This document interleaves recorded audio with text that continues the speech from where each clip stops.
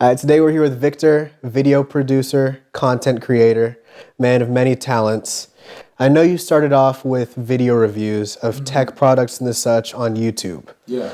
First question I have for you is, first, what is your favorite piece of tech that you've reviewed? Second is, what is one piece of tech that you wanted to get your hands on, wanted to mess around with, maybe make a video on that you never got the opportunity to? So you're just going to catch me off guard. Yeah. I have to say, honestly speaking, my favorite piece of tech, most recently, is the AirPods Pro 2. Okay. And you're probably wondering, like, why? Yeah. I feel like everyone has AirPods. Yeah, I mean, there's that, but, like, it's so useful, and people don't realize how useful it is. Like, obviously you have the transparency mode, but the noise-canceling feature, especially on the second generation of AirPod Pros, is extremely amazing. There's like this feature which I didn't get a chance to play around with it because I was shooting a concert last night in London. Yeah. And there's this feature that can pretty much, like, you know how artists will wear earplugs or like the in-ears. Yeah. You can actually manually like reduce the volume of the artist. So if you're like right in front of them, like, you know, you can kind of adjust it. Yeah. It's a piece of tech that I use pretty much all the time. So that's why I would put it as my favorite piece of tech. At first I was going to say my phone, but I was like, that's just so basic. Yeah. AirPods is still kind of basic. Yeah, which phone are you rocking right now, by the way? I'm using the iPhone 14 Pro Max. Okay, So the latest and the greatest. Yeah. Shout out to Apple. Yeah, and so you got that good Apple ecosystem integration between the two. And then, they got me completely sucked in. The only thing I don't have is a watch at this point, but honestly, AirPods Pro, I love music. I listen to music like literally all the time. And it's probably one of the most convenient devices. Being that I'm in business, I get a lot of phone calls. Like, just having them on, I can hear everybody. I can just press one button to answer the call. If I'm on the plane, it works perfectly. I travel quite often. It's canceling built in. It's so usable for me. And I can use it in so many different settings.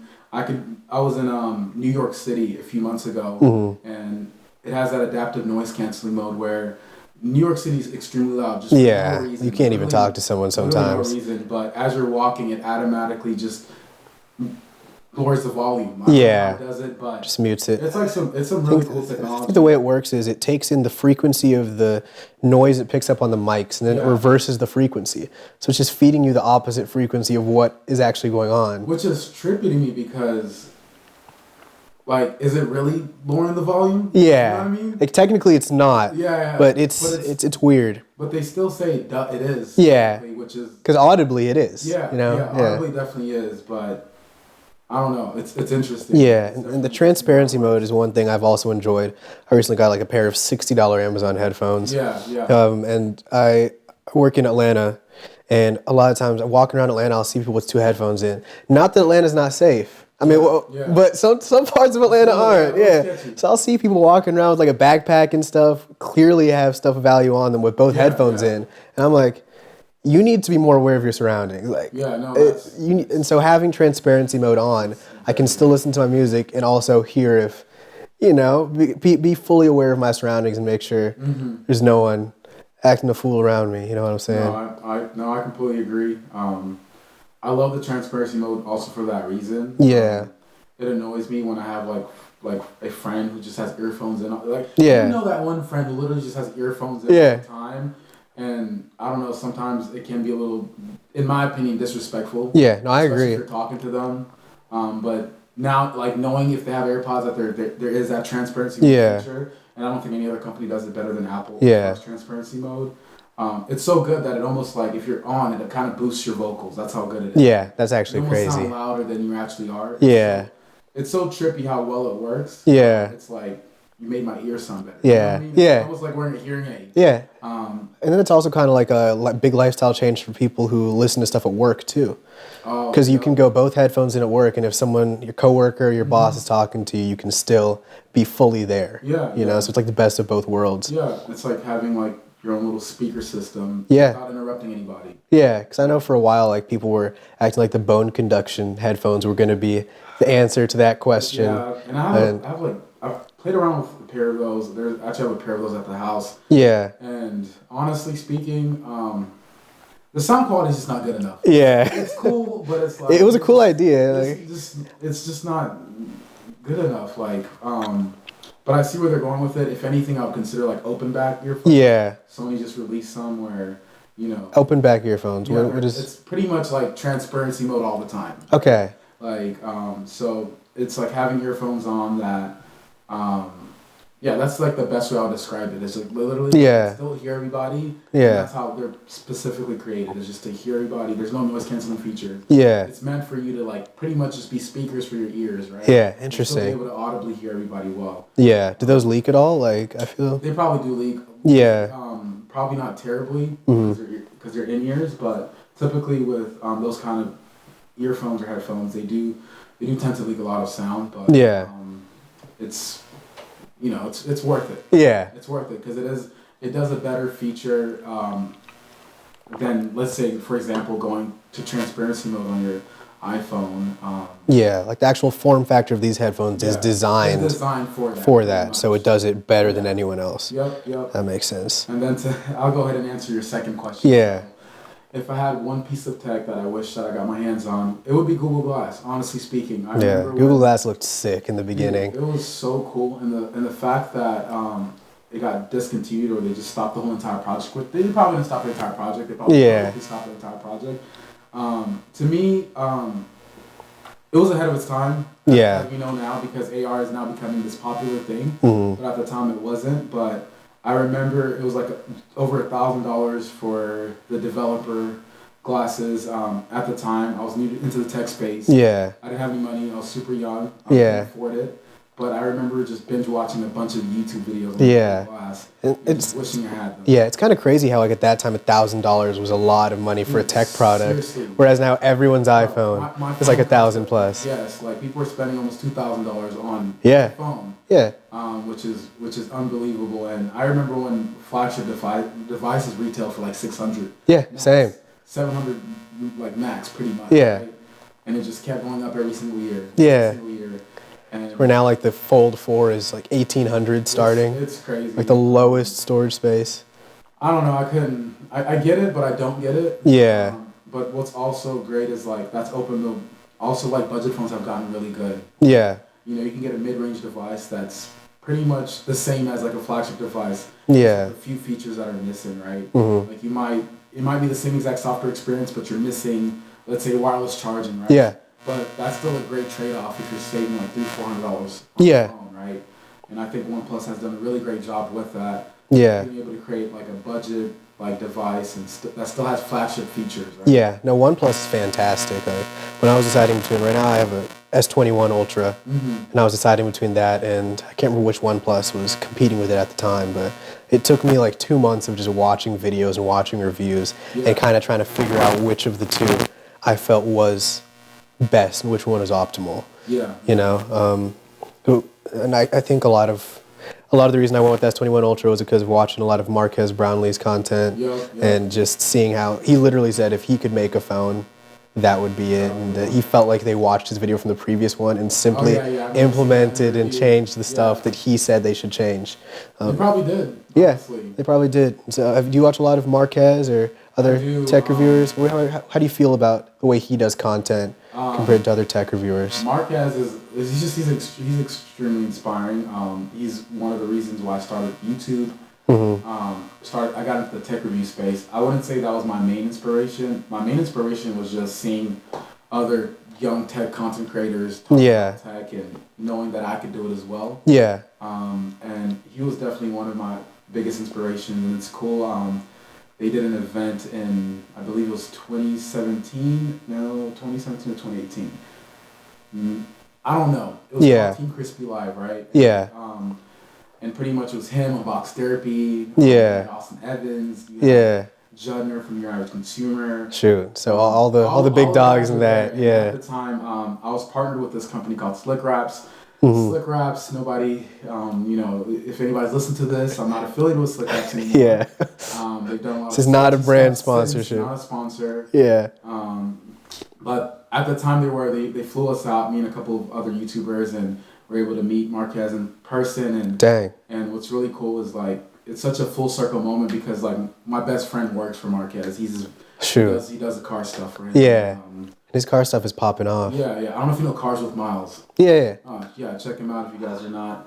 Okay. Follow my boy, Cars with Miles. Yeah. He works with Marquez.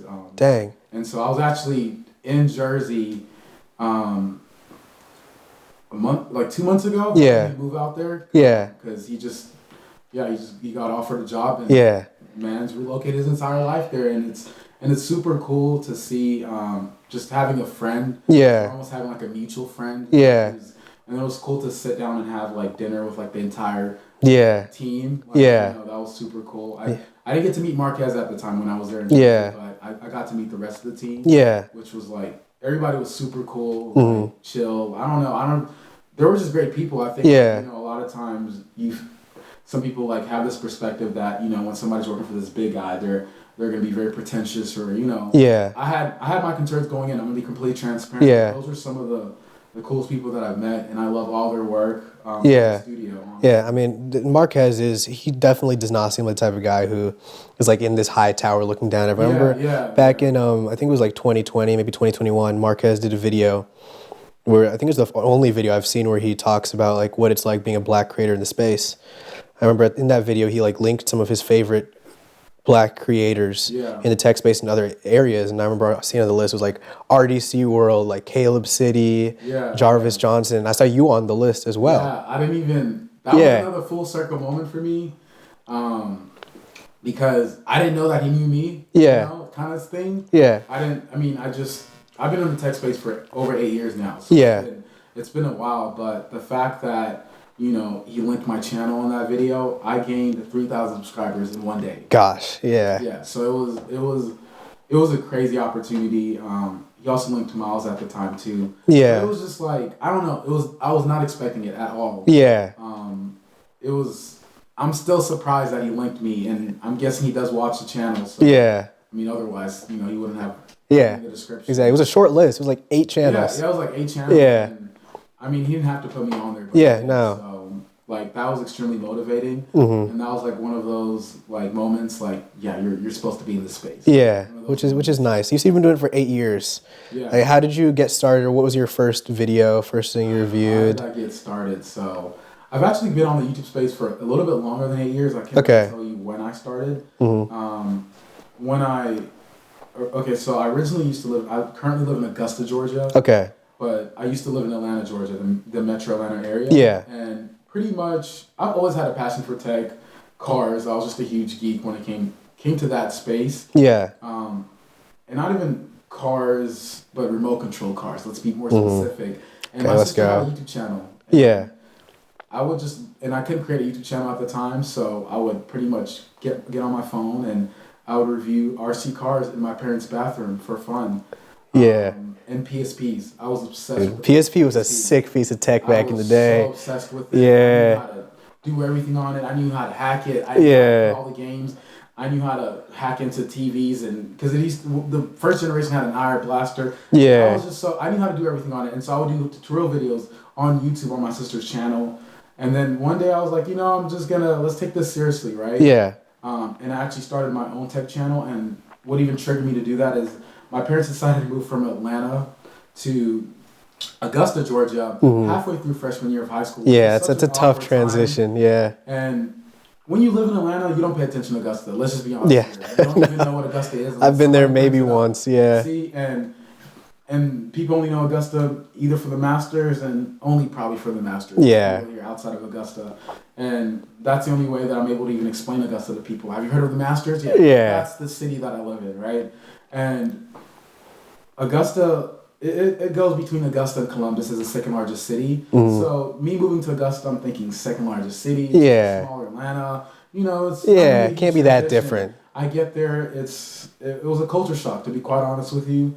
The school system that I went to was not nearly as good as the school system that I went to here. Yeah. I went to the Cobb County school system here. Went to the Richmond County school system in Augusta. Mm-hmm. And it was like night and day. What were the biggest differences? The biggest difference was just the students. I'm going to be completely honest with you and transparent is my school was very country. Yeah. And it was not, I was used to that metro vibe. Vibe. So very country. It was just very slow. a lot of kids were, I don't want to come across like this, but I'm just going to say we didn't think the same. We didn't have the same goals and visions. Yeah. So there was a disconnect with a bit more of the small town vibe over there. Like more small town vibe.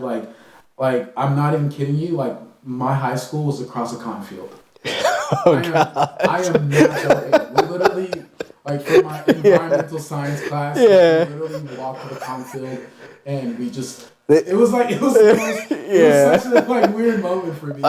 It's like. Here's a question: what was the demographic of the school like? It was predominantly black and white. Okay. I was used to being around like a more diverse students, like Hispanics, white, Asians. And there's just none of that over there. Very diverse, right? Yeah. But there was like, I'll say firstly black, secondly white, and then that was really pretty much it. And then it was just other, right? Yeah. A few Asians, a few Hispanics. Yeah. There was no Kenyans, like, in the Metro Atlanta community. Yeah, tons of Kenyans over here. Lots of Africans. Yeah. No, there's like, I was the only Kenyan in my school. I was the only African in my school. Yeah. Right? As far as I know. Yeah. Right. And so it was such a weird transition, and it was hard making friends because the things that those kids liked were not the things that I liked. Yeah. It was just really weird. So I decided to just go home and share my passion for technology on YouTube. Mm-hmm. And prior to that, I just watched a lot of tech reviews. I would every time my parents got a new phone, I would just go on YouTube and just get obsessed over it. Yeah. Go figure out all the little settings you need to change to optimize it. Literally for no reason. Just it was fun to me, right? And one day I was just like, screw it, I'm gonna do it myself. Prior to that, I was already doing like a little bit of PSP content, not seriously. Yeah. So I was like, I'm gonna start my own channel. I'm gonna call it. I don't know where I came up with the name Everything Technology, but I mean, I was like, I like everything that is technology. Yeah, so I'm gonna call it makes sense. Technology, yeah, right. It rolled off the tongue well, so called it Everything Technology, and I would just pick up devices around the house. I review phones, my parents' computer. Like I would ask friends for their phones, and that's kind of how I got started. Yeah, and out of that, I just kept doing videos consistently, and I never approached YouTube to make money. I knew opportunities could come out of YouTube, but I didn't know what kind of opportunities could come out of YouTube at the time. You were started off doing it more out of a passion for the type of content. It was a passion. You enjoyed watching the content. You're like, I want to make this. Yeah. Let me just talk about tech. I already talked about tech. I was the go-to tech guy in my friend groups. Yeah. I was tech support for literally everybody in my family. Yeah. Right? So it made a lot of sense. And then during that time, it was not cool to be a YouTuber, so I didn't really tell people. Yeah. So let alone I was reviewing tech. It was not the cool thing to do. So I didn't really tell many people in high school that I was doing it. And the people that I told that I was doing tech reviews, they kind of made fun of me. To be honest with you, they didn't take me seriously. I mean, dude, I feel that I did robotics in high school. Dude, I told one friend. He made fun of me for it for a while. I was like, I'm not telling anyone else. And so literally I didn't, it was cool. I loved what I was doing. We were literally building robots. We were like traveling, doing competitions. And one time senior year, we made it to a national competition in San Antonio. Mm-hmm. So I told all my friends, I was like, I'm going to visit family in San Antonio, blah, blah. And then my one friend who knew what I was there for, apparently told everyone I was gone. So I came back. Oh my gosh, that day was, I was getting destroyed that day. We're like, you're going building Bionicles with your friends? Dude, oh my gosh, I was so mad. But now, like, it's an entirely different thing. I go on YouTube trending, I go look at what's on the news, and it's people talking about tech. It's like Boston Dynamics showing robots off. I'm like, if this was freaking 10 years ago, I would have had a much better time in high school. No, seriously, like, when I started YouTube, I didn't even put my face on YouTube because it was still that weird transition of, should I put myself on the internet? Yeah. Let alone a video, right? Yeah. Like crazy, right? It was people were already kind of weird about putting pictures. Yeah. And having a real my parents are still weird about that stuff. And people are still weird about that now, but at that time, like, the fact that my parents even let me do that. Yeah. It's kind of crazy to me, and like clearly they saw some kind of vision, or I don't know, they saw that this kid is interested in something, because most parents were very weird about like having their kids on the internet in that time, and then even for me, like it was very, when you get in front of the camera, you start to notice everything about yourself, right? Yeah. You hear your voice, you see how you move. You see the weird things that you do with your face. You're more self-aware about certain things, even as I'm talking right now. Like, I've gotten used to it, so I don't really care anymore. But you get. See, I'm still getting over that. I don't like watching myself on video. Yeah, it's the weirdest. It's still weird to me till this date, but now it's like whatever now. Like, who cares? Like, like, I can't change how I speak. I can't change how I sound. I can't change how I look. You know. And God made me the way that I am, and that was like one of the hardest mental hurdles for me, was just being in front of a camera. Yeah. Eventually, I was like, screw it. Also, I was chubby at the time, so it was like a lot of, I was already made fun of for being fat. Yeah. So it's like, am I really ready for the internet? Yeah, to expose yourself to the rest of the world. The rest of the world. You know how internet commenters are too. They will destroy you. Yeah. And pretty much, it's crazy. I started my channel. I got to like 300 subscribers. And my friend at the time hacked my channel, deleted all my videos. How does this happen? I need a little background on this. You know what's crazy? Dude didn't even know my password. Dude didn't even know like anything, right? Yeah. But I just remember waking up one day. That is crazy. Somebody signed out of your account. Like, you know that notification you get? Yeah. Oh my gosh. Yeah. Like somebody signed in from this computer. Yeah. Yeah. So that moment happened. I go to my channel. Like, my heart dropped. Like, I'm not even joking. I already had like well over like 40. I already built some kind of audience. Do you know? I was getting consistent views. Yeah. I was already getting products at the time, and channel was hacked. And this was like, honestly, this was the point where I was like, do I want to keep doing this, or do I want to just do something else? Yeah. Because it took me 1 year to get to my first 100 subscribers, right? Yeah. So I'm like just well over 2 years into it, right? Yeah. And I've done all these videos. Everything is gone, right? And YouTube is amazing. They have like this recovery system, right? I ended up reaching out to YouTube. Shoot. They recovered most of my videos, not all of my videos, right? But my channel audience, it just messed with my subscribers. My views weren't the same after that. Yeah. And what I literally did was probably the craziest thing ever. I was like, screw it, I'm deleting the channel, I'm restarting. Yeah. Right? Dang. I was already 2 years into it. Yeah. And, honestly, I was really like, at the time, I was like, do I really want to keep doing this? Like, do I really want to restart? Do I want to even do this anymore? My audience is pretty much dead. My channel has been hacked.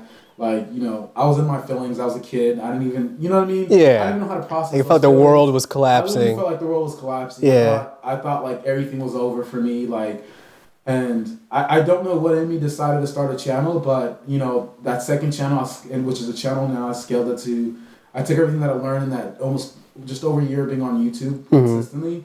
And I applied it to that second channel, and I did 2,000 subscribers the first year. Dang. In comparison to 100 subscribers. Yeah. So you had something figured out. So I definitely figured something out in that moment. But just to go back, like I got my first free product at like just under 100 subscribers. Yeah. Right? Dang. That must feel good getting a product in the mail. How does that work? Do you have to send them back, or do you get to keep them? I got to keep them at the time. I would have to send some stuff back, but. Pretty much, I found out that you can get free products on YouTube, and so I would send out like 20 emails every single week. Yeah. And I would reach out to all these marketing directors from different companies. Hey, give me a free product in exchange. I'll give you a video on my YouTube channel. You get an audience. You get a video, all those different things, right? And most chances I don't get a reply. Every now and then I'll get a reply, and it was likely no. Some were yeses, right? But I did it so often that it just, it just started rolling in. It started rolling in, and at 100 subscribers, my first sponsor or my first free product was from Solaris. Okay. I don't know what Solaris. They're not that popular at the time, but they were pretty much, those case stands at the mall? That was Solaris, right? Okay, yeah. I recognize the name. Yeah. Probably seen it there. They sent me your product, and that was like that moment I was like, wow, I get free stuff for talking about tech on YouTube. Yeah. And that was like super motivating for me. That's when I was like, okay, I'm gonna keep going at this, right? Yeah. So at the moment, when the channel started picking up, I got hacked like freshman year of high school, probably around that time, or sophomore. I don't know, but my first channel got hacked, right? Started the second channel, scaled it to 2,000 subscribers. During this time, I found out that I could, I got bored of reviewing products outside of my house, like products at my house. Yeah. That I only had run out of products to review. Started reaching out to companies. Then, I would get products here and there, like not phones, but like headphones, maybe little speakers, phone cases, maybe phone skins. And this is when, like, I learned, wow, there's opportunity in this. Or there's something to come out of this, right? Mm-hmm. And still at the time, people still kind of made fun of me for doing YouTube and doing dirty stuff on YouTube. Yeah. it was my friends who were making fun of me, right? Yeah. I mean, my parents didn't even understand what I was doing. Like, it was never a career path. Still in my head, I wanted to be an electrical engineer, right? Yeah. Because I like technology, so engineering made sense, Yeah. right? And but as I got exposed more into YouTube, I'm like, yo, like, this could probably be a career. Yeah, because at that time, content creation wasn't a legitimate career path. Like I'm not even gonna say it like wasn't like I'm not even gonna say boomers didn't think it was a good career path. No, I genuinely don't think it was. There wasn't a market evolved for it. Yeah. You know, like companies weren't looking at that as a primary avenue to get their name out there. Yep. They were still looking at commercials and TV and storefront. You know. Yeah, influencer marketing was not even a term then. Yeah, you know what I mean? And so I just honestly kept uploading videos consistently on YouTube. I started getting free products consistently. Again, I would reach out to a lot of companies every single like week. I would do it like on a Sunday night and schedule them all for Monday mornings or have it all written, all the templates ready Sunday night and then send them out Sunday morning. Yeah. So that, you know, the moment they got in office, my emails were there, right? Yeah. And I did that very consistently. More products kept coming in. Then eventually companies started reaching out, right? And this is when like I was like, whoa, like what the heck? Yeah, so they were reaching out to you now. They started reaching out to me. And this is another pivot in my career because I'm like, wow, like now I'm like, what? Yeah. Like it's trippy. And then once a week, and then I'll get an email like once a week, and then it'll be like a few times a week. Yeah. Every single day, and it just started getting crazy, right? And then I found out that I can charge companies to do these reviews because it was overwhelming, right? It got boring. I don't want to review headphones and speakers anymore. I want to review products. And at the time, I didn't have an audience big enough to review the bigger products. I don't advise this to anybody, and this is not the best thing to do. But I would go to Best Buy and I would buy or return the latest and greatest products with a credit card. Yeah. Right? Let alone with my brother-in-law's credit card. Yeah. Shout out to him for seeing the vision. Yeah. My parents were not about to let me do all that. Yeah, I was about to say it's a tough sell. One of the first products that I bought to review was a Moto 360. Yeah. Google first smartwatch. Yeah. Android Wear, and I had one of the first Moto 360s. Those were super nice. Yeah. And pretty much I would do that, buy and return products, and that would give me access to the latest and greatest products. Yeah. Eventually, Best Buy started noticing that people were being a little sketchy. And then the last time I went to go return a product, they're like, yo, you can't return a product again because you're doing it a lot, you know? And my friend ended up putting me on, and he actually ended up getting banned from Best Buy for doing that. So wow. Then we found out Amazon has a 30-day return policy. So like, let's go. Like, we found another avenue to get like the latest and greatest. And then I got out of that space, and then eventually I started like, you know, reaching out to bigger companies. They started saying yes. And then bigger companies started reaching out to me, and then just throughout high school, then I started like getting like opportunities to like go to events, like out to San Francisco to do an honor event. I can't even disclose this. Okay, you know, I might as well disclose it now, but you know, I lied about my age. That's how we were. Like, you know, dang, yeah. I was just check little boxes. I was telling people I was 18, but I was really like 16, 17. Yeah. And gosh, they almost didn't even let me check into my hotel. Yeah. I lied that I didn't have my ID, and I showed my student ID. Yeah. Because I started dual enrollment at the time, that helped me. Okay, that's nice. Yeah, so I did that as well. I showed my college ID. So I was in college, you know? Yeah, obviously. ID, so there's no way a kid's 16 in college. Like, I'm 18, what you guys talking about? Yeah. It's crazy. That event, my friend ended up getting sent back by the company because they found out his age. He landed, they booked him a flight back home because there's just a lot of... it's a liability issue, a lot of liability issues. These are big companies, and, you know, they'd rather protect themselves at the end of the day, and I understand it from that standpoint, but opportunities like that started coming out, and that's when I realized, you can make money through YouTube, and then at this point, it was engraved in me, I want to be this full-time YouTuber. Yeah. And, you know, I can't remember how many subscribers I finished off the year with in high school, but I know I had like over probably 10, 20,000 subscribers at the time, and, you know, like, graduating high school, I thought YouTube was going to be the career. Yeah. And it really didn't end up being the career, even though I still do it till this day. Yeah. But I thought it was going to be that career that brought me full-time income, right? Yeah. But it has brought you a lot of opportunities for everything. Like I was about to ask, so first product you got was a phone case for free. It was actually a speaker. Or you got sent, Bluetooth speaker. Yep. Okay, so they would send you these products. So how do you, I've been keeping up with your content. How do you transition from companies reaching out for you to review phone cases to companies sending you a car to drive for a little bit and then reviewing that? Because I noticed you've been you've been doing a good bit of car reviews. And this channel, this year, I'm transitioning the channel from being a tech channel to being more of an automotive focused. Okay, because that just sounds like such a huge transition. Like, it's here is a whole car you can drive for this period of time. No, it's actually mad trippy. Like, end of 2019. First off, like I don't like, it's only God. Honestly, I just that's all I could say really. But Toyota reached out and they wanted to do a campaign where they wanted to pretty much review. They wanted a tech reviewer to review one of their cars, right? Yeah. And they wanted somebody to focus on the tech side of things, right? Yeah. And at the time, like car manufacturers were trying to figure out the influencer space. You're still kind of late to it till this day. Yeah. Late to it, right? In comparative to like the tech, which makes sense because it's kind of a big risk, on their side. It's a huge risk, right? They reached out. I did a campaign with Toyota. They loved the work so much that they ended up using all my footage across a lot of their marketing on Facebook. And YouTube. They asked me what was my fee for licensing. Dude, I didn't know what the heck that was. Yeah. You know what I mean? I was like, just featuring my content. Yeah. I didn't realize I could have made a bag. They did pay me to do all the content, which was super cool. Yeah. Out of that, my friend Miles and Taiga, Miles, Cars with Miles, Taiga Fukuyama, he works for Colin Samir, another big YouTuber. Okay, yeah, I know of Colin Samir. Yeah, and pretty much they ended up flying out. They came to Atlanta. Miles lives in Chicago at the time. Tiger lived in LA at the time. They came and helped me shoot that video. Yeah. The 2020 Toyota Corolla, I believe, at the time. Mm-hmm. Out of that, that's when I kind of established a relationship with like Toyota. They love the content so much. And I think I was so young, and they've never really seen a young black person. Yeah. Like, to be quite transparent with you, the car review space is really old, white male dominated. Yeah. Till this day. Doug DeMuro and those types. Like, yeah. Like it's you don't really see a lot of young black guys doing. Yeah. Space, nor young white or young. Yeah. It's literally. It's just.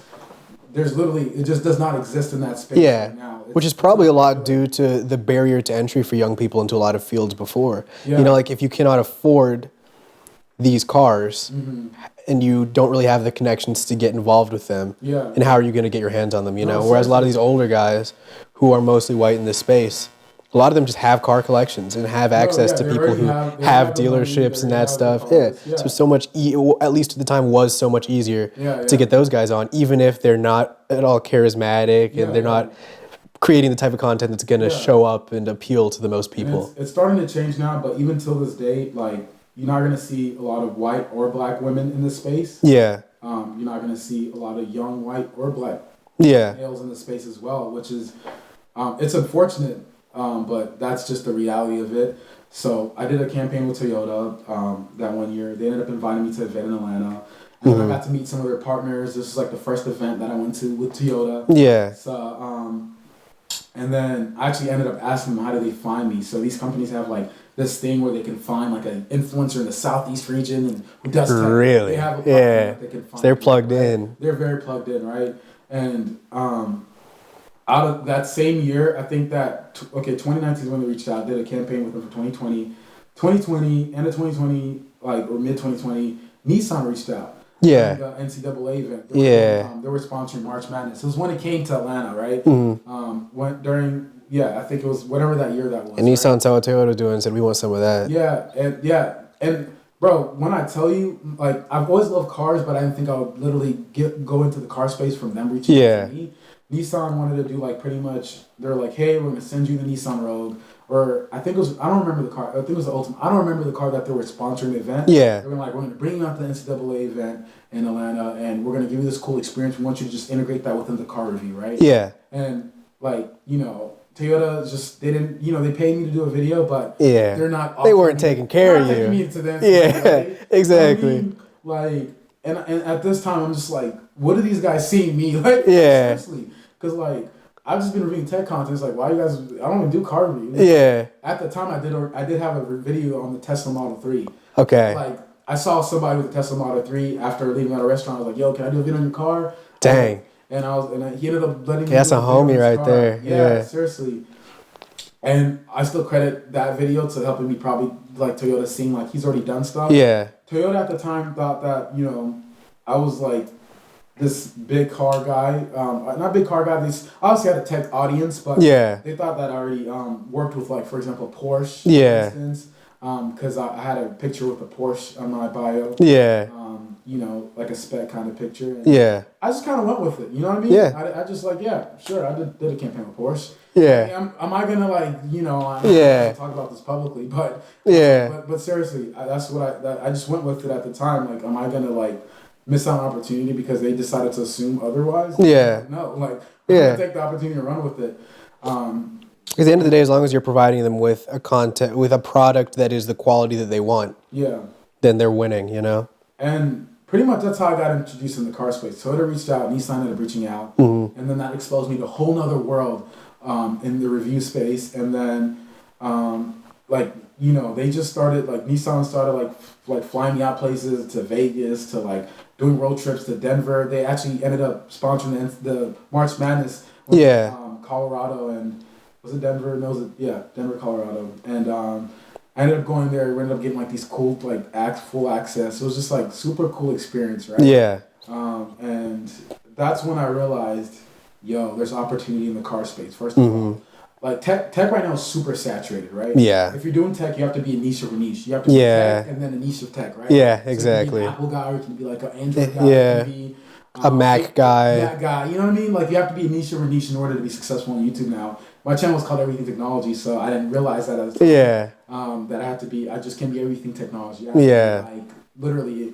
But at the time, like, literally, I could do anything technology related. It would do good on the channel. That does not exist anymore since the algorithm has changed.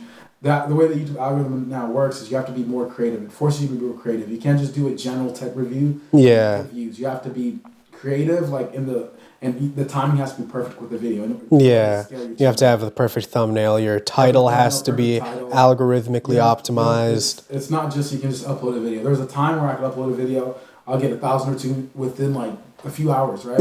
Or within 24 hours. Like, that does not happen anymore. Like, there's certain videos that won't even get 1,000 views in a week. I can't tell you why, but it's just all algorithm these days. But then there's videos that will get 13,000 views in a day. It just does not make any sense, right? But I don't know. It's just incredible that I was just, like, this passionate kid about tech and ended up reviewing cars as well. And then, like, I mean, now I pretty much work with, like, most major companies, like, you know, Apple. Like, this is not even my phone. They're loading this phone for me to use. Really? And I don't know. It's like Google. I work with Google. T-Pixel team. So work with both of them. Here's a question. It's the age-old question. I get flamed a lot for the phone that I have, given that it is an Android. How do you feel about the iPhone, Apple versus Android or Google argument? So first off, when I started my tech channel, I was an Android guy. Sure. Like, I feel like there was a time where all the tech guys were Android guys. Right? And I loved Android. I used to root my phone. I used to do all the crazy stuff with it. Like, hop in the dev settings. I used to, you know, pretty much put ROMs on it. Like, all that stuff, man. I was obsessed with Android, right? My favorite phone, one of my favorite phones till this day, is a Galaxy S3. The S3 was big at the time. It was just a big device. NFC, you could beam stuff. Like, you know, Apple just now introduced NFC devices. Like, this has been a thing for over a decade. And I loved Android, was obsessed with Android. Everything about Android was amazing. You know, more customizable. Like, you can set up your phone exactly how you want. But now I'm an Apple user, not because Apple sends me devices, but because the ecosystem, they got me sucked in. Dude, that's the thing. The ecosystem is beautiful. Like, I just it's the little things. I'm stuck, man. Like, but also just the efficiency of an iPhone. I think Android has refined since I've left Android. Android, like, probably like it's been years now. But at the time, what was the last Android phone you daily? Last Android phone I had as my, like, full-on device. Wow, that's a good question. It might have been a Galaxy Note 4 or something. That was a dark time for Android. So, like, I don't know, some kind of Note device. It was a Samsung device for sure. Or it was either a Nexus device. Okay, the Nexus, Or it was a Nexus. I had a buddy with the Nexus 5, I love the Nexus. I loved all the Nexus devices, in fact. Or no. Maybe it was the Pixel. No, the Nexus 6P. It was a collaboration with Google and Huawei. And I went to CES 2016, right? Yeah. And this is where I met. Always wanted to go to CES, dude. Yeah. We went to the Huawei booth, and we're a bunch of little kids, and they gave all of us like new Nexus 6P. Yeah. That was like another moment. I was like, wow, I just got a free phone out of this. Yeah. Out of this thing from this giant company, and but I use both. Okay. I use my Google Pixel 7 Pro. Yeah. Google Pixel 7 Pro as my business phone, and then I use my iPhone 14 Pro Max as my personal phone. And here's why. I like both of them in different ways now. At the time, I like Android now. iPhone is my main, just because of the ecosystem, because of iMessage. All my friends use it. Yeah. If you're editing and stuff, I know Mac is just superior for all that. It's just convenient for me, right? But I really like the Pixel 7 Pro because of all this, just the smart capabilities of it. Like, I think smartphone companies are terrible. They at evolving like phone calls, right? Yeah. Everything has evolved about a phone. Messaging, you can like messages, you can heart messages, you can get receipts. But phone calls are still the same. Let's be real. Yeah, like a call is a call. A call is a call. Quality hasn't really changed. But Google has been able to integrate like AI within their calls. Like, I could get a call right now on my Pixel and I could screen a call. The system is going to talk to the call, and I can see a live transcription of what the person is saying to Google and Google really the person. Yeah, I didn't even know that. Having to answer every single phone call. It automatically categorizes business and personal. I can tell when it's a spam call. If a Google business is registered, I can it's the business name once you're calling. Gosh. It just makes my life so much more convenient. It's just a smart device with phone calls and live transcription features. Google has a built-in chip just for transcription. It's not using the internet, right? Yeah. The best transcription. That is insane. In my entire life. Yeah, I mean, because if it's on the actual hardware, if it's locally stored, then it's you don't need the internet. Yeah. You can just be on voice memos and it's incredible, honestly speaking. And there's already multiple languages built into that chip, so live transcribe into different languages. See, I feel like most people don't even know about that. And most people don't because Apple is so dominant within the marketing space. Like the ecosystem is definitely much better within Apple. Although I will say one thing with wearables and stuff. I don't know how do you feel about wearables? Do you think they're truly do you think they're truly helping with efficiency when it comes to the way people use tech? Or do you think people kind of use them because they exist, if that makes sense? I have some friends who have the Apple Watch, and they say I ask them if they use the Apple Watch a lot, and they're like, yeah, but sometimes they'll say that they use the Apple Watch just because they have it, but they don't know if it's actually making their life any easier, And I could definitely see that standpoint. I had an Apple Watch for a long time. Probably not for a long time, but probably for a year or two. Yeah. I found myself not using it as much as I thought I would. Yeah. And then somebody ended up spilling it or something like that, and never had one since, right? Yeah. Right now, the watch that I use that's smart is the Pixel watch, just because they sent it over, and it's just convenient. I've been running a lot more, at least I was running a lot more consistently, so it's a good fitness. It was a tracker as well. Pretty much partnered. They bought out Fitbit and they integrated all the features for the watches, right? But I think to answer your question, to me, that's how I felt too. I felt like it was more time trying to answer text on my phone than just replying back. Yeah. I get the convenience of being able to glance through notifications. I think now smartwatches have become a little bit more usable. The fact that there's TV built in. I can leave my phone behind. I can go online. I can connect. Use your headphones. I have local storage on my watch. So I can see it from that standpoint. But from an overall standpoint, I don't think watches are that useful. Yeah, and I feel like they're just going crazy with all tech. Amazon has a Ring now that you can use to talk to Alexa. And I'm like, why do you need a Ring to talk to Alexa? Sleep tracking Ring. It could pretty much everything. Yeah, and I get it, and I see how it's useful, but at the same time, it's. I mean, a lot of these things your smartphone could already do. Yeah. I get it if you're using it, for example, most recently with the Apple Watch. You have crash detection that got integrated within the watch. And women are able to track their menstrual cycles, which is amazing for them, right? And I like that they're implementing more health features. Yeah. it's also a little sketchy. You can put your health card on your phone now. Like it's. Oh yeah, that is kind of weird. They already have my DNA. They have my fingerprint. They have my face. Yeah. You know, but it's scary. But I can see it from a health standpoint how it can complement like not just a young person but an older person. Like yeah. You can constantly monitor your blood pressure. It can constantly tell you like certain activities and how you do like how your body's functioning throughout the day. Like get up, walk. Like I get it from a health standpoint, but it's really just meant to complement your phone. Ultimately, right? It's never going to replace your phone, but I do see wearables evolving, right? Mm-hmm. Wearables now are just watches.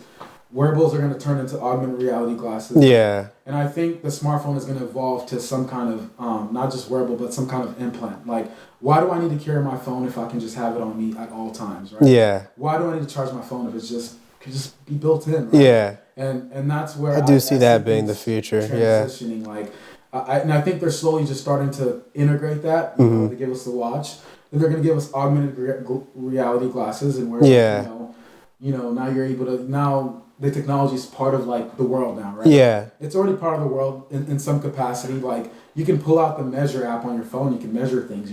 Yeah. It's just there's LiDAR built into your phone now. If you don't know that, iPhones have built-in LiDAR. I did not know that. I can literally do a full 3D scan of this room. Yeah. And get a render of it. Like it's there. It's people don't know about these things, but what are they preparing us for, right? Yeah, that's good. I've kind of wondered. I was watching a podcast or a conversation between, I can't remember who it was. It might have been Elon and someone, but they were discussing like the transition between like what we are now and being some sort of like cyborg or being integrated with technology. And I remember Elon's argument was that we already are fully integrated with our tech. Yeah. It's just the data transfer rate is very slow right now, and the bandwidth is low.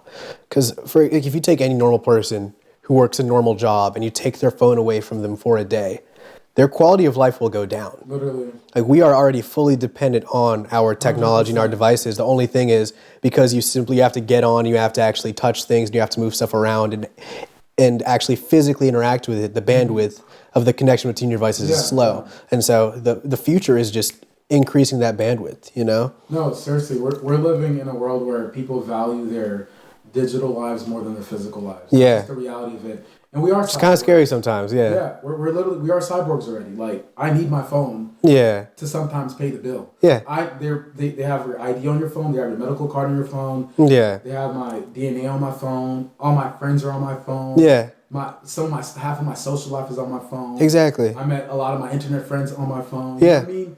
Like, it's only a matter of time the phone evolves into an implant. You know what I mean? Yeah. Like, it's cool, but it's also scary, right? Yeah, super scary. At the same time, like the fact that, I'd say I'm sure we both experienced life before the smartphone. Yeah. Really before we even cared about the. I remember dial up when I was like a young kid. Yeah. Hearing that weird before I had to access the internet. And it's just like. And we have to think about these things only came out like less than 2 decades ago. Yeah, right? Dude, the phone is just over a decade old. Yeah, the speed of evolution of the tech has been crazy. And I remember when the fingerprint scanner came out on the phone. Yeah. That was like mind blowing. Yeah. You put a fingerprint scanner on a smartphone. Yeah, no, I thought it was insane. I was like, what? Yeah. Like, what in the world? How's that even possible? Yeah. Right? Like the touchscreen was crazy, right? And then now you have a fingerprint scanner in the touchscreen. Inside, under the display. Yeah, under the display. They're putting the front-facing camera under the display. Yeah. You know what I mean? It's just crazy how fast it's evolved in such a short time span, right? Yeah. And yeah, I think my conspiracy is like, not to get like biblical. But we hear about the mark of the beast, but yeah, dude, I've thought about this a lot. I believe the mark of the beast is a cell phone. Yeah, they're just slowly just railing us in there. Yeah, we already need it to live life. Yeah, like you said, to have like literally took somebody's phone, their quality of life will go down. Yeah, there's a reason why. There's a lot of people that rely on it for services that keep them alive. Yeah, like if you're dependent on insulin and you live in a remote place. Yeah. If you do not have access to your phone to get your insulin or some other type of medication that you need to survive. But literally on some like Black Mirror stuff, like, I mean, I don't know. The smartphone is almost like a god in a sense, right? It's omnipresent. Yeah. Like the mirror, you know what I'm saying? Yeah. Mirror, like you know what I mean? Yeah, legit. Like, it's scary to me that what it's gonna evolve to, like. Yeah. And I know it's gonna happen. Like, And it's why wouldn't it happen? yeah, and there's like a weird like emotional connection to your phone at this point.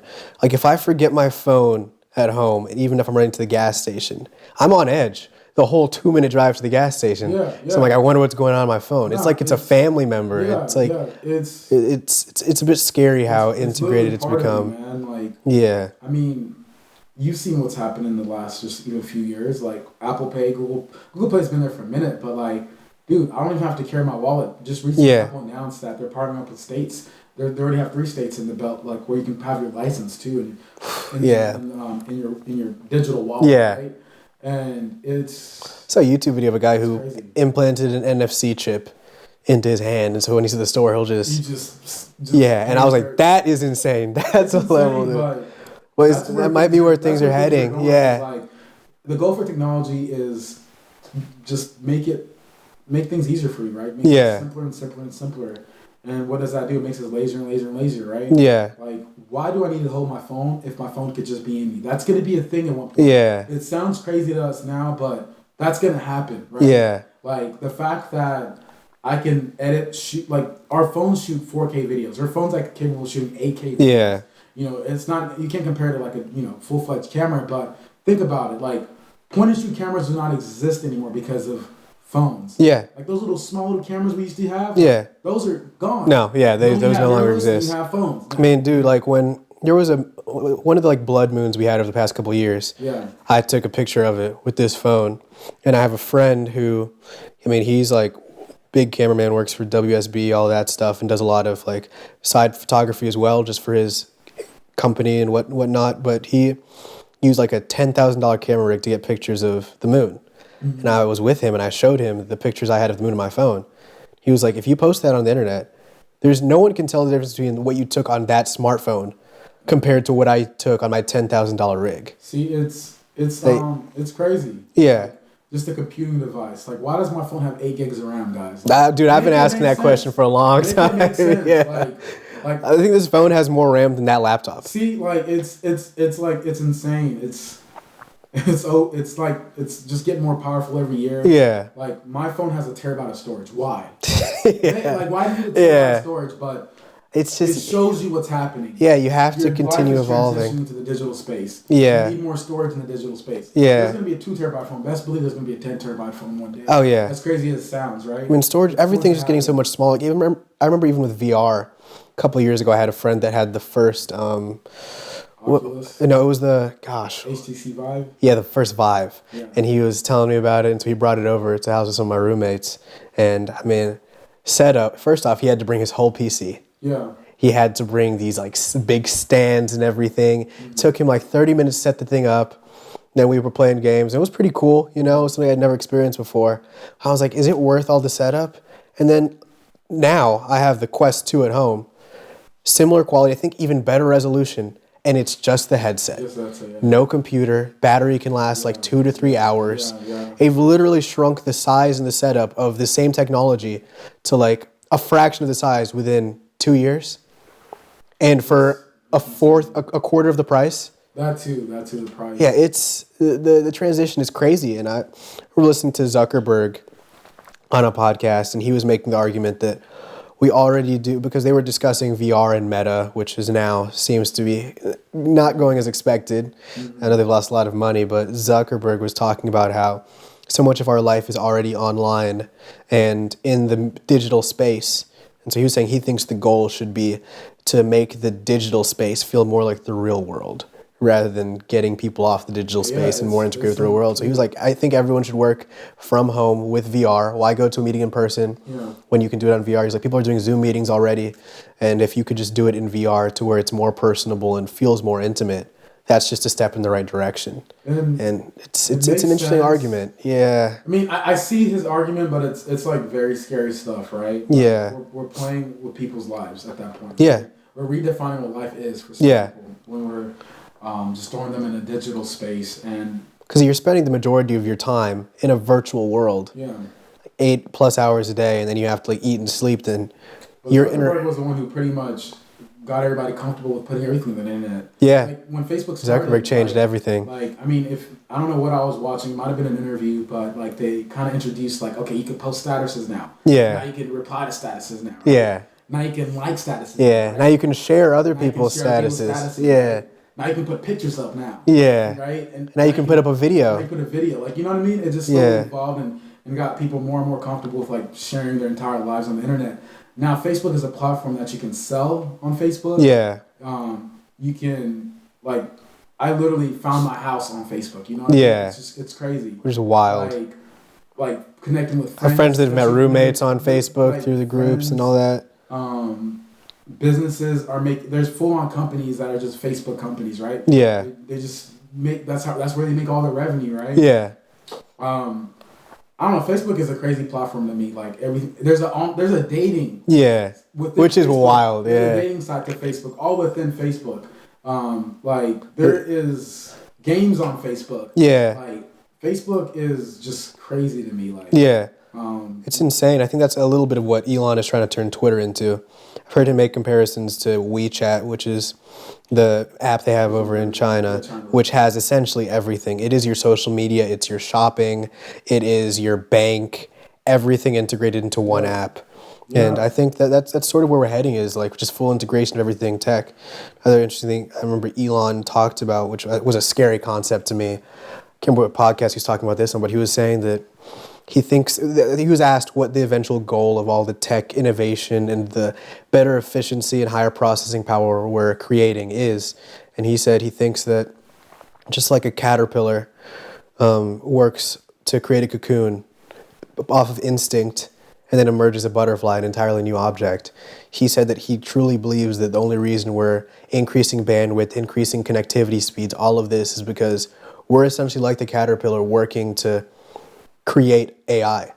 Like, we don't know why we're working to make tech better, but he said he thinks the eventual goal is to create something that is more intelligent and just entirely removed from what we are. And the eventual goal is an artificial general intelligence system that can do everything better than us. And that was a bit scary, because that's like, I mean, that already exists. We might not have access to it. But and it may not interact with the physical world, but digitally, like that stuff is out there. Like ChatGPT, for example. ChatGPT is ridiculous. It's insane. It's gonna replace a lot of people. Yeah, I mean, dude, I was at work the other day, and our boss presented us an engineering problem we had to figure out. He was like, "Okay, if you guys could just like write some code for this to do this task, that'd be great."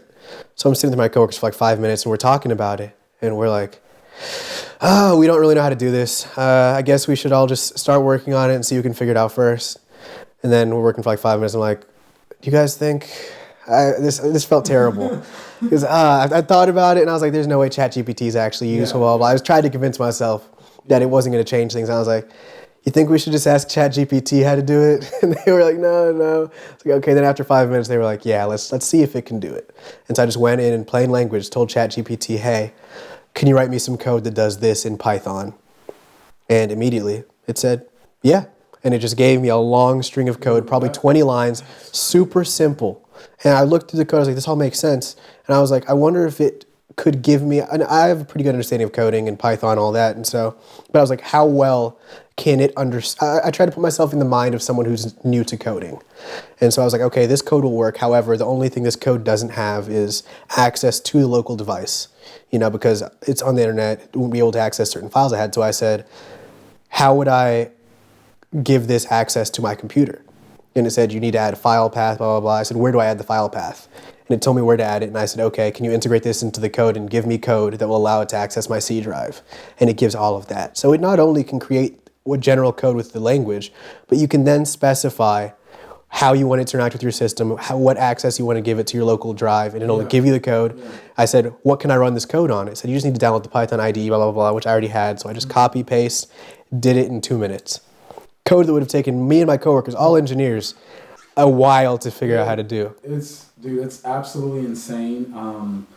I knew of ChatGPT for a while, but I didn't really take my time to play around with it until like a couple weeks ago, right? Yeah. And I mean, it's already starting to revolutionize my business, and it's just insane, like how much you can do with it. I think what's interesting to me is it's like the opposite of the internet, right? Yeah. The internet, when you do a search, you want to be as broad as possible so you get as many results as possible, right?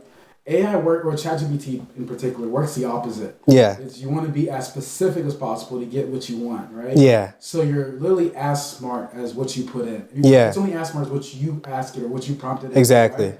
And what's even more interesting is like there's this argument that AI is going to create socialism, right? Yeah. The reason why is because it's putting everybody on the same playing field, right? Yeah. It's putting the street smart people the same playing field as the book smart people. Yeah. Your own, like if a street smart person really knows how to utilize that, I have the same access as of the brain, or if not better. Yeah. I have a Bill Gates brain, or if not better than that. Yeah. As long as I know how to specifically use it. Yeah. And then you could also learn how to integrate.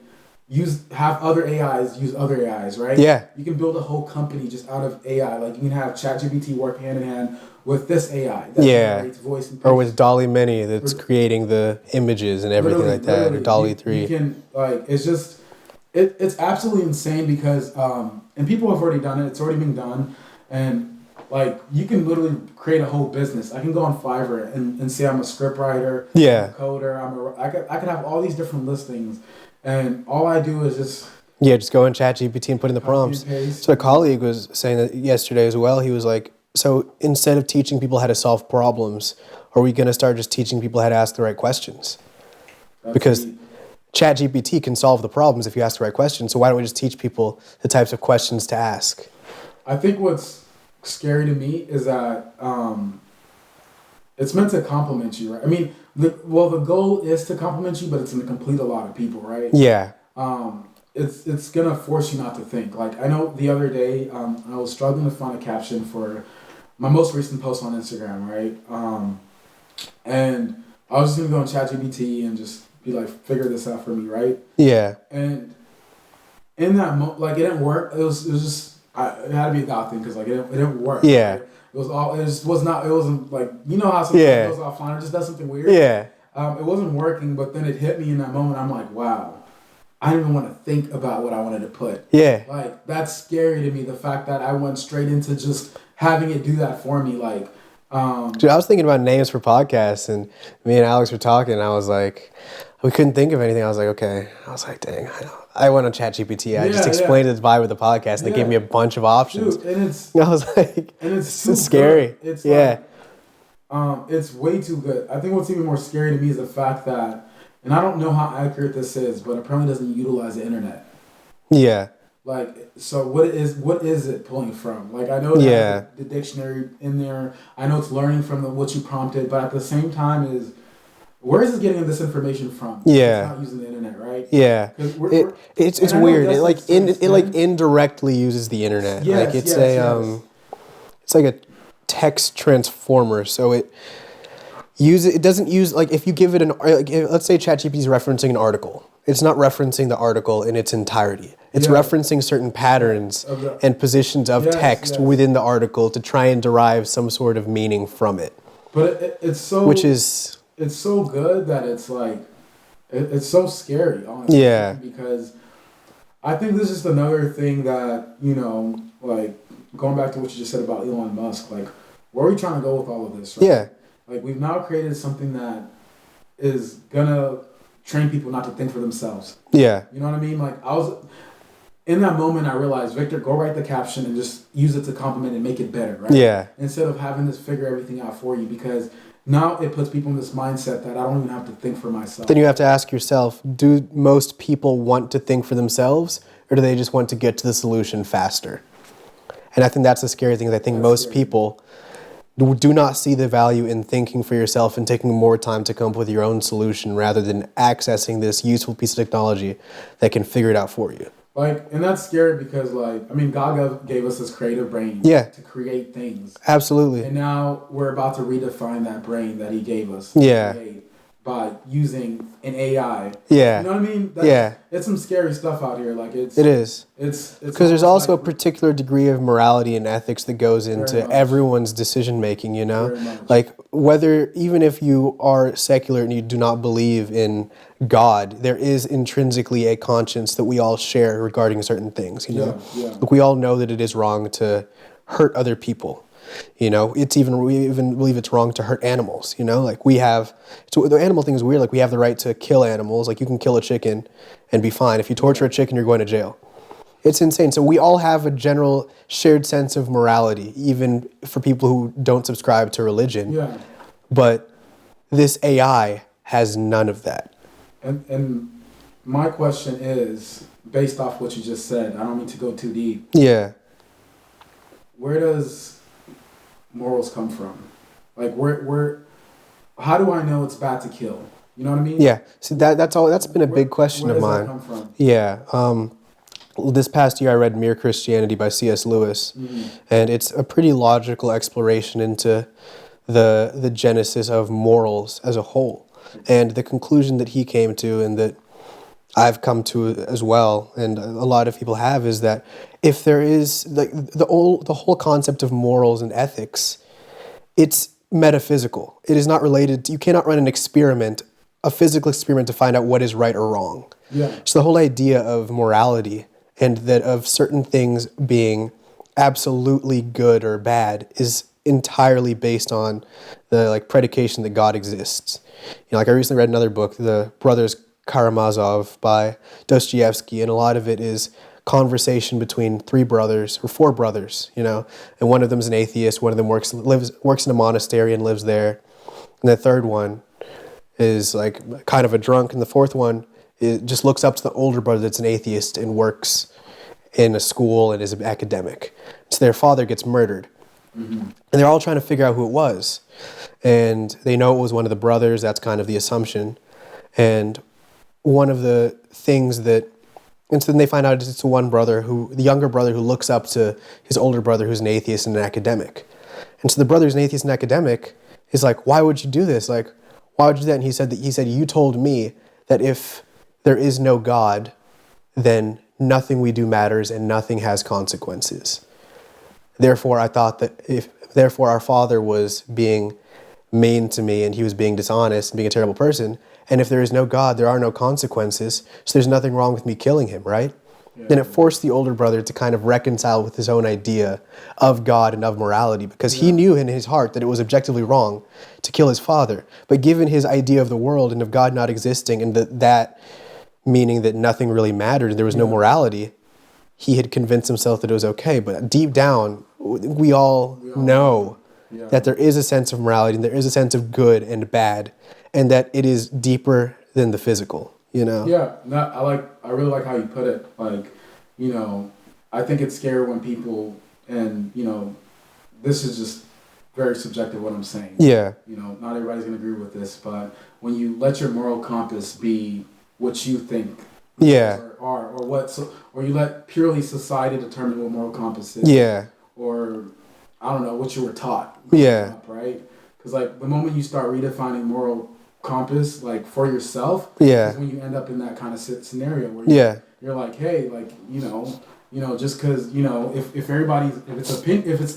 moral compass is subjective to the person, right? Yeah. Like, to me, killing might be not wrong, right? Yeah. But to you, it might be bad, right? Yeah. Because then we're pretty much saying that's pretty much what we're saying. Yeah. It comes down to how I feel. And and I feel like in today's age, it's all about what you feel. You know what I mean? And that's what's so scary. Because feelings are the most inconsistent thing. Yeah, they're transient. They change. And if your idea of God, your idea of what should govern your life is abstract, then your idea of morals and the way you should act is abstract as well, you know, and is subject to change. Yeah. So if you don't have an objective view of where or an absolute view of where your values come from, then you won't have an absolute view of what is good and what is bad. Yeah. You know, and I think that's why I don't think America will ever be able to be a fully socialist or communist country, is because when it comes to decisions that are made by people every day, I think that there's a lot of variation in America in particular with how people think. You know, like we're not ethnically homogenous, we're not ideologically homogenous, and people subscribe to so many different ideas that everyone has different priorities, everyone has different goals. And so to even have like a governmental system that is fully centralized and decides where each person puts their funding and their money, I think you need a group of people that all have the same or similar ideology and ideas for everyone to be okay with that. You know what I mean? Because like government, that's why I don't know. The way we have government right now is interesting too, but I think in order for you to truly have everything be socialized and everyone allotting money to the same things, you need to have everyone on similar grounds in terms of ideas. No, I 100% agree. And going back to AI, like, we're already having this issue trying to figure out where moral compass came from. Yeah. How the heck are we going to teach AI? Yeah. Like that, right? And that's where it becomes scary. I don't know if you've been seeing the whole Bing thing, right? Yeah, AI I have. going crazy. It's being absurd. Thing. Yeah. And what do you think about that? It's like, see, I feel two different ways because, like, obviously they have ChatGPT, but they also have OpenAI also has their GTP3 just text model, right? Which is like ChatGPT, but just the text transformer in its raw form. And a couple months ago, I messed around with that, and it was similar to Bing, mostly untethered, and didn't really have any boundaries. And then recently I went back to ChatGPT and I used it and gave it some prompts and stuff, and I recognized that it definitely had certain biases and certain things that it wasn't willing to talk about, particularly in like the realm of politics. Like you ask it to give its opinion of one politician versus another, and it clearly had a leaning.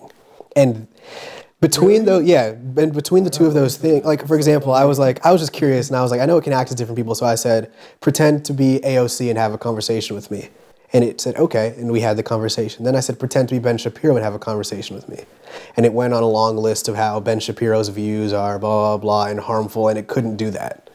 So it would interact with me as if it was AOC, but not Ben Shapiro. So clearly there's some sort of political leaning in that. And for me, that was more uncomfortable than the initial model I was messing around with that was entirely untethered and free. Yeah.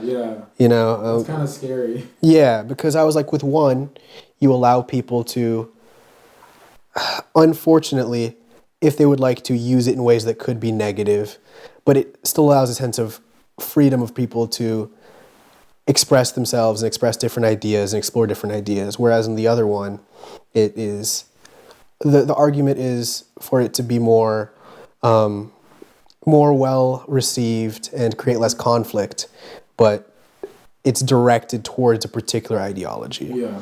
You know, another book I recently read, I always do a book goal every year, and I've never hit it. It's always 10 books, which isn't a lot. This year I was like, okay, I'm going to hit it. So I've been reading a lot in these first 2 months, but the book I read is Fahrenheit 451. A lot of people read it in high school, all that stuff. It's a pretty short, pretty simple book, but the whole premise behind the book is they live in a society where books are banned.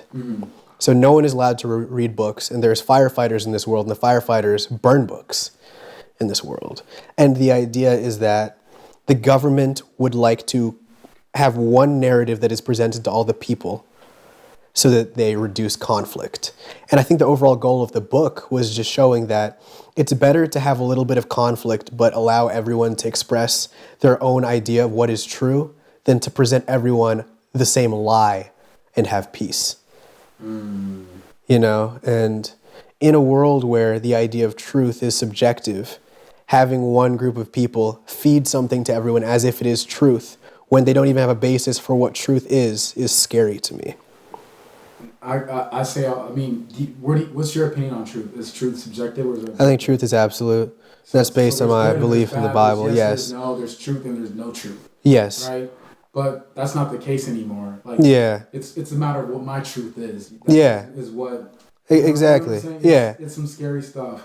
Like, like I don't even know how to put it into words. It's just everybody has their own truths now. Like, I had that wrestle. Let's say like mid 2021 and late 2021. I'll say mid 2021. I got to a point where I pretty much questioned everything, right? Yeah. I did a deep dive on like every religion. I won't say every, but the main ones, right? I grew up in a Christian household, but I had this moment where everything did not make any sense for me. Some things did trigger it, and looked into Buddhism, looked into Hinduism, I looked into New Age practices, I looked into Satanism. And also, of course, looked into Christianity as well. And it's just interesting how like how things are, how a lot of these other religions, like I'll say, are very consistently the same. They're very, I won't say they're the same, but there's a lot of consistencies throughout all religions. Period. Right. Yeah. But a lot of them are centered around what you think is the truth. Yeah. Right. And then there's one that's centered around that, there's only one truth, right? Yeah, and what you believe is true doesn't matter compared to what the text says is true, Pretty much. And I mean, even from like a religious standpoint, I don't mean to even go there, like, you have two sides of it where some people think everything comes from one source. Yeah. And then others think that there is only one source. Yeah. You know what I mean? Yeah. Like, it's very, it's so insane. It's so scary to me, but like, we can't even figure out religion, and now, people are trying to redefine their lives based off on what they think is true and what they think. Yeah, and based off of an AI that operates based on what everyone thinks is true, and just compiles whatever it believes is the most accurate. It gets really deep, because now, like what you were saying is, if for example ChatGPT is leaning more towards one political side, right? Yeah. And now it's thinking for you, then the government or whoever created it controls you. Yeah. Fully in every single way, right? Exactly. Without you even ever realizing it. Yeah. And that's already happening, but AI is taking it to a whole nother level, right? Yeah. We saw that with like, Facebook and like and Twitter and Twitter files, all that stuff. All this crazy stuff, right? But the way I see AI, it's the next internet, right? Yeah. There's a reason why ChatGPT had 100 million users in 2 months, right? Yeah. It's an insane number. It's absolutely insane. And I see AI, it's already integrated into everything. We just, we haven't been given something like ChatGPT to play around with. Yeah. But this was always already there, Yeah. Your phone works a lot of times. It's through artificial intelligence, right? Yeah. And it's kind of crazy that they created something more powerful than the internet. Yeah. That's what's crazy to me. It is insane. And I didn't think that we're gonna experience it. We knew AI was big, and I think. Dude, I was caught off guard, and I've been attempting to keep up with it. Same, like I've heard it. We've all heard about AI. Yeah, that's just a buzzword now. Yeah, but like now we know what it can really do. Yeah, like they were like, Google Assistant is your AI assistant. I was like, dang, Google Assistant's getting good. Yeah, it's like, and I was like, I assumed that was the peak of what we had achieved. No, and then we have once they integrate ChatGPT with like a voice capable assistant. Oh yeah, bro. You can just talk to it when you're in your room. Bro, it's a wrap. Like, and that's some scary stuff right now. I was just testing out, and I told it, like, I said, hey, one of my friends texted me this. I was just seeing how it worked. I said, hey, this girl texted me this, and I don't really know what to say, but I think I like her. What should I say? And ChatGPT gave me a response, and I said, why should I say that? And it attempted to explain to me why I should say that and how this would have this vibe and that kind of stuff. And then I responded, and I said, okay, she sent this back. What do I say next? And it just kept giving me stuff. And it was actually... And all of the stuff, I was like, yeah, this makes sense. Yeah, it's like, that's scary. That's some scary stuff right there. And like, to me, I don't mean to go back into this conspiracies. I don't think ChatGPT, we talk about Neuralink, right? Yeah. I don't think ChatGPT is just this bunch of data. I would not be surprised if somebody's brain is integrated or somebody's brain got downloaded. Dude, did you hear about the Google engineer that came out saying that Google Lambda's AI that they're working on is sentient? He did like a press tour. Essentially, he worked at Google for like 10 years, and he got to a point where he was like, I think this thing is sentient. And he left Google and started talking to a bunch of people, like conscious. Okay, like he thought it was acting autonomously, it had its own ideas, and it was presenting itself as an individual. Is that that's crazy. I don't know what company it was. I know it was one of the big tech companies. Could have been Google, could have been one of the other ones, but they created an AI that started talking its own language that they had to pull the plug because they didn't know what it was saying.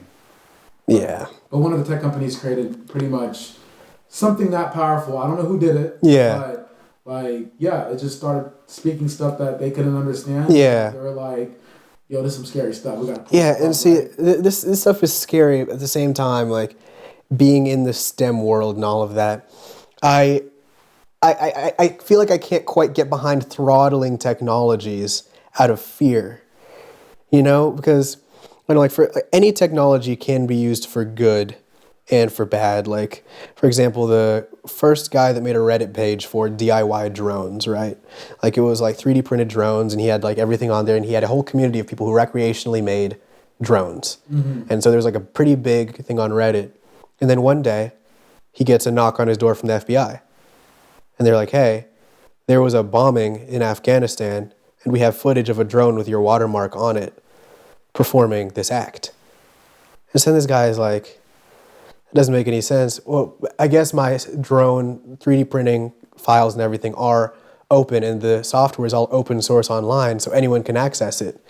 And so then stuff like that brings you to the question of asking, like, when it comes to people creating technology and putting it out there, open source for anyone to access, is it their responsibility to make sure that technology isn't used to do wrong, or is it the responsibility of the government to provide legislature to these companies and have oversight to make sure that whatever, like whose job is it to think about all the negative things that could happen when technology is introduced? Should it be the job of the company, or should we have government oversight making sure and thinking about all these potential issues that could happen, You know what's crazy is, like, I don't know. I don't trust both of them. Yeah, exactly. Right? But who's better, right? Yeah.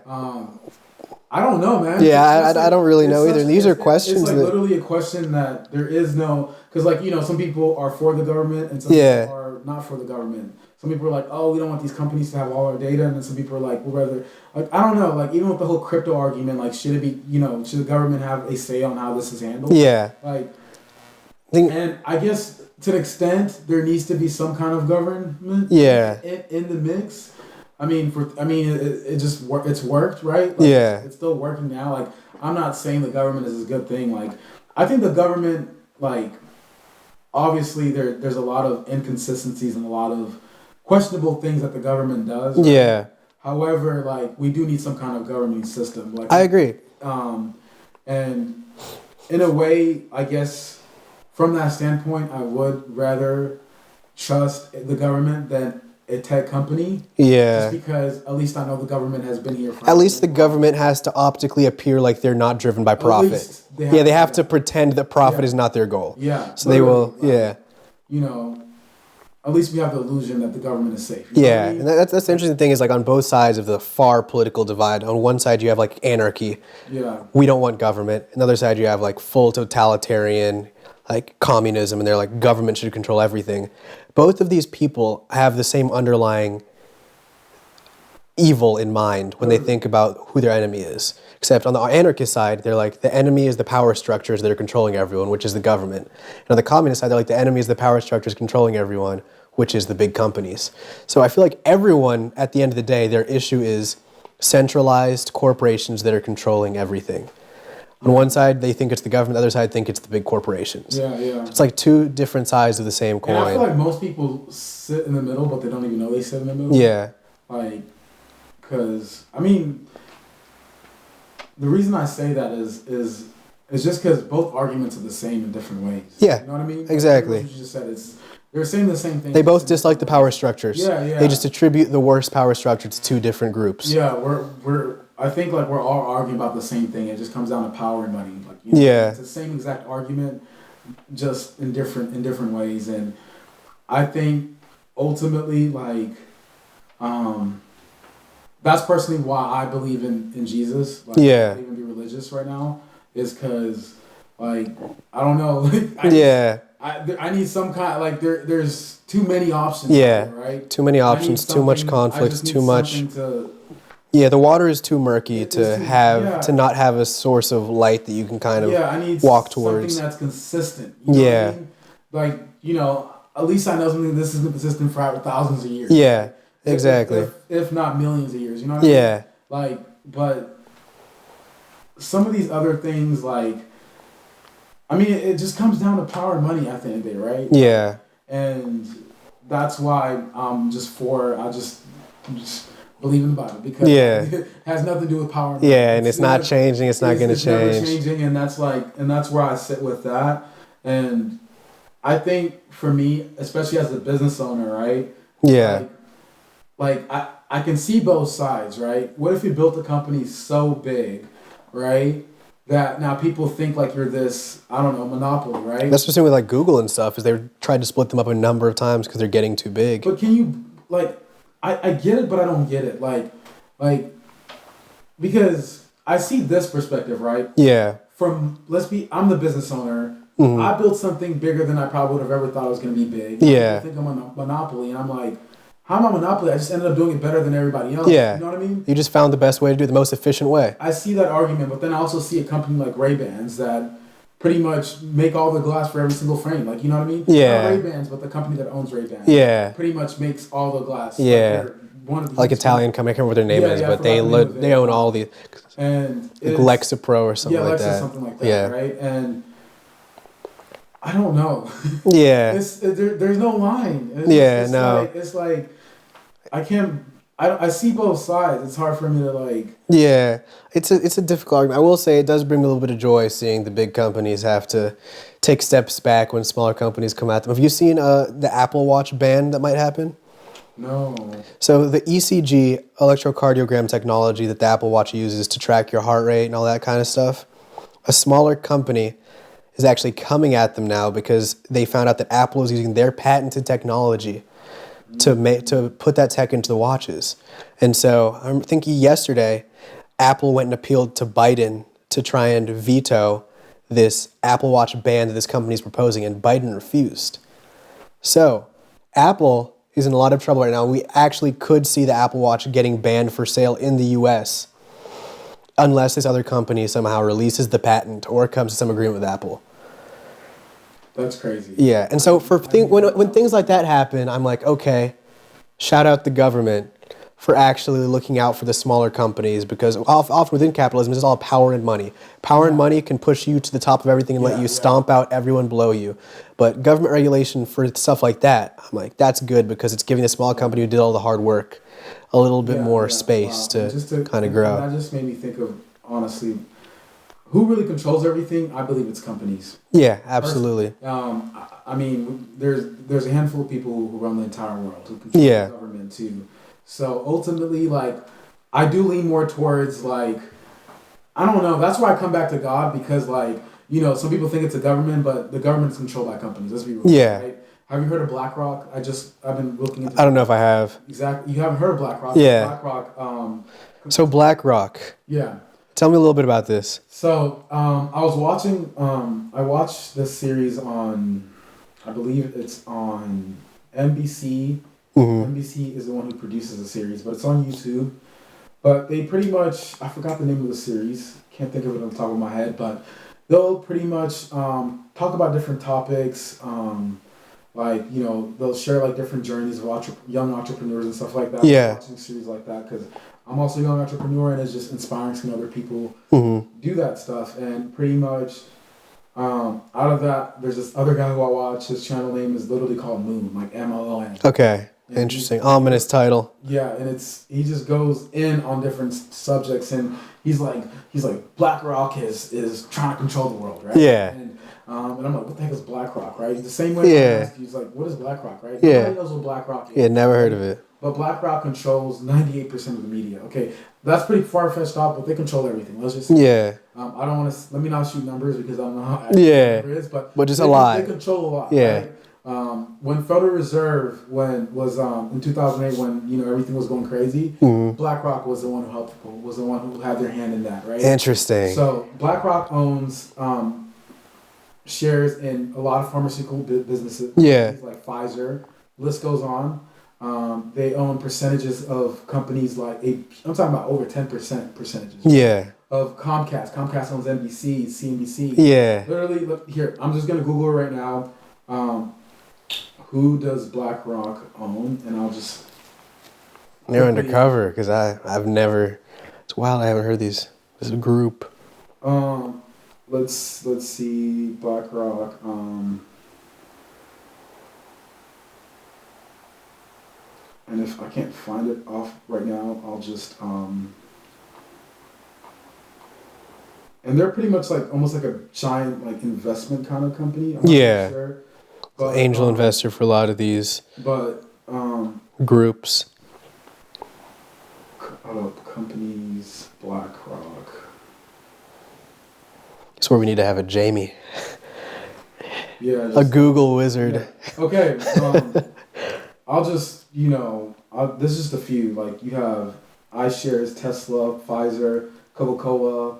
I can't even tell what some of these names are, but honestly, just go look into it. Yeah. If you listen to this, please look into BlackRock, because when you hear those 5 companies that control the whole world, that's one of them. They control, like I was saying, 10% of the global economy. Yeah. They own parts of Comcast. They own parts of Disney. Yeah. They own parts of. The list just keeps going on. Just look through the list. Yeah. And it's gonna scare you, bro. Yeah. It's gonna scare you, but they pretty much manage $20 trillion, which is, and they're valued at like 10 trillion or something like that. Right? Yeah. Which is half. It's an absurd amount of money. Half of the GDP of the United States. Yeah. Right? This company is massive, but if you look into the video, like they're pretty much, it's kind of conspiracy, but it's also conspiracy. Yeah, a little bit of facts in there. Yeah. And they pretty much manage so much money. Yeah. And they sit on all the tech companies are the biggest shareholders in Google. Yeah. They're the biggest shareholders in Google, Microsoft, Apple, Amazon. Yeah. They got their hands in everything. Pfizer. So pretty much when these companies are going there to have board meetings and they're the ones who have a say. A lot of times. Yeah. And it's scary because the media, Disney controls most of the media. Comcast controls most of the media. Yeah. And they're the ones who sit at the board of these companies. Investment firm, they control Vanguard. Like, it's absolutely insane how much they own. But it's one of those companies that I was looking into, and I wouldn't even consider them. I guess if you want to talk about monopolies, that's what you call a monopoly. Yeah. Right? So like that's the ultimate, like, super far into capitalism. Yeah, like that is the end result of a completely capitalistic, profit-based government economy, right? Yeah. And so like the question you have to ask is, like, if that is the top and that's bad, then what should everyday people be striving towards? Like, should people and companies be striving towards a cap? Should they have a seal? Should they act as if they have a ceiling that they need to get to, and then say, okay, this is big enough? Because if we present that as bad, as having that much control and that much power as bad, then what goals should people have when they are making money and creating these businesses? I think it really comes down to the morals of that person, or who that person is who started that company. Because, like, is it morally wrong to have that much control? I don't think it is. Yeah. I mean, I sound very capitalist saying this. Yeah. But seriously though, if I built this big business and it just exploded and it just happened to be the best glass company. Yeah. It's not I think there are companies that intentionally go into it to be a monopoly, right? Yeah. But there are companies that just find themselves there because they make such a good product that everybody just happens to want to use them, right? Yeah. They happen to just become this monopoly that they didn't intend to, right? And I think it just comes down to the morals of that individual. Mm-hmm. Because and then also that changes with money and that changes with the power, right? Yeah. Because some people, they get all this money and it's not about the money anymore, then it becomes a power thing, right? Yeah. And I think it's such weird lines, right? Yeah. No, I agree entirely. It's really scary, and I don't think we should limit how big a company could be. Mm-hmm. But I think there should be some kind of law that, I don't know, governs. But at the same time, honestly, I'm gonna be honest with you, bro. I don't think there should be a limit. Yeah. I think we live in an unlimited world for a reason. Yeah. And the sky's the limit, and people literally say that. There's really no limit to this thing. Yeah. And I think people start projecting like you're being a monopoly because, they're just projecting themselves on you. Or projecting what they think your company should look like. Yeah. But, a lot of times the people who are having conversations about monopolies, they're not even sitting at the top to even see how things are really working. Yeah. Like they're speaking off of entire speculation. Yeah, speculations, literally. Yeah. So where I stand in that is I think a company should be however big that they want, but there should be certain rules that govern everyone. But that rule should not be like you could only make $100 million a year. Yeah, right? it should be more self-governing than anything else. Yeah. Yeah. So given like that whole conversation, that insight, and looking towards the future, what do you want? What is your goal for your ventures and your businesses and your content? Like, where do you see yourself in 10, 20 years? What is the vision for you? So 10, 20 years, such a great question. In 10, 20 years, I see my production company fully running itself. Right now, we just brought on a full-time videographer and editor. Okay. Shout out to Grant. And then we have a part-time account manager who acts as an assistant. She does everything that pretty much I need help with. Yeah. The company needs help with. Mm-hmm. And then I'm looking to have a salesperson before the end of the year as well. But my whole goal with the company is, media companies run the world, right? Yeah. Like all the movies you watch, there's only probably there's a handful of people that make them. Yeah. Make all the movies in the world. Yeah, like everything is Universal, Warner, or now A24. Warner, Comcast, when it comes to movies, yeah. HBO, Disney, like these are the guys that run the entire world, and I understand the power in video, not just from a monetary standpoint, but from also like you can change lives with video, right? Yeah. And my goal is to use video to change lives. Right now, my goal is to create the largest production company in Augusta. There is no go-to production company in Augusta. Yeah. So that's what my goal is, to scale it Mm-hmm. in Augusta. Once I've scaled it big enough in Augusta, I'm going to bring it to other cities. Yeah. It makes no sense to just limit yourself to a to big city and try to compete with everybody. Yeah. I'm going to scale it. Augusta is a really fast, like I was saying, it has one of the largest. It's not the largest city, but it has one of the strongest economies. Yeah. Healthiest economies. It's like top 10, right? Yeah. Don't quote me on that, but it's very healthy. Yeah. For the city of its size, and my goal is to build a production company big enough, and eventually I would like to transition into full-time ministry. Yeah. I have a heart for outreach and serving people. Mm-hmm. Like I feel like video is one area that that could serve them the best. Yeah, you know? yeah, and I think like I genuinely was about to relocate my entire life and go work for the Philly Dream Center a couple years ago. Yeah. I was gonna drop my whole business and just go serve and just literally go do outreach, like, because that's where I get real fulfillment from. Yeah. So my goal in the next 10, 20 years is to build not just one business, but multiple businesses that are going to allow me to, that are going to fund my ministry and create opportunities for others, like Grant, like for instance, like, he's able to just share his passion for video. Yeah. Creating a platform for other people, but also real estate is something that I really would like to get into. That's where I want to park my money at. Yeah. I've already I have my first investment property recently. I'm living in it for a year, then it's going to be used as a rental. Yeah. And then I'm going to, I plan on, the goal is to have another property before the end of the year. I don't think that's realistic, but next year I'll have another property for sure. Yeah. And continue to just build out just real estate and reinvest a lot of money back into Kenya too as well. I'll take a lot of that money and go back to Kenya and just, there's a lot of development, being that, I don't even see Kenya as a third world country. To me, it's like second, closer to second world country. Yeah, right? I agree. Go back to Kenya and reinvesting a lot of that money back to my people. And I don't know, I don't see myself just being, I think my video production company is going to be my baby, but that's just a small thing of what I want. Yeah. Ministry is really what fulfills me, and serving people is what fulfills me. Yeah. Business is what I'm passionate and that's where you can make really money. Yeah. That you can use to fund your passions and fulfill your purpose. That's, hey, give me money. Yeah. Like I want to be the guy who just already has the money and already has his own money going into yeah. and where I don't really need other people's money, and the money that I get with that 501(c)(k), however you say it, yeah.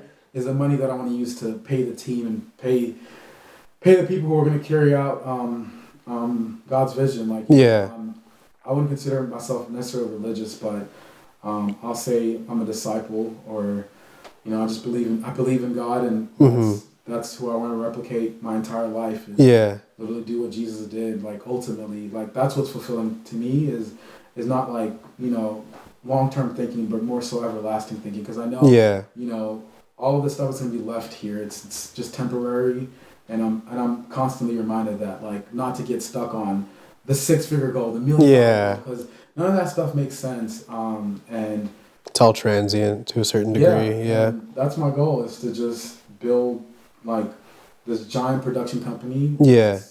You know, video is free. It's here to stay. Mm-hmm. Metaverse is still a version of video. Let's be real. Yeah. Right? Like, and video is a tool that I can sit in front of this camera, for instance, right?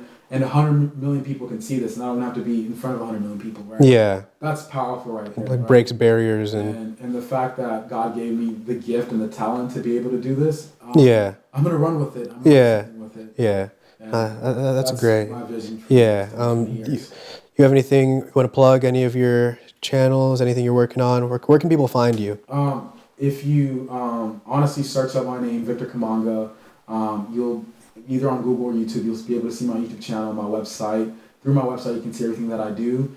If you want to see some of the stuff that I do as far as my production company, if you search up everything media.mp4 on Instagram, I think pretty much on every platform where everything media.mp4, including, aside from YouTube, if you just search up everything media on YouTube, you should be able to find some of the work that I do outside of my channel. But yeah, also I forgot about my channel. I still want to be in the tech space, in the YouTube space. Like, YouTube is just a fun little thing that I like to do. Yeah. You know, and once the company's fully running itself, I'd like to do YouTube on a full-time basis, and just have that as just something that I just do for fun. Yeah. Allows me to just express myself creatively. When you make so many videos for companies and organizations, it can be draining, right? Yeah. YouTube is where I could express my a little more freedom to kind of create based on what you want to create. That's why I still do it. I don't have to do it. Like, honestly, YouTube doesn't bring me like not nearly as much as the company, right? Yeah. But YouTube is where I can share my passion and express myself creatively. Yeah. Beautiful. Well, thanks for coming, having this conversation. Y'all make sure you check out Victor's stuff on every medium he said. And yeah, I think we're good. Thanks for having me, Matt. Yeah, no problem.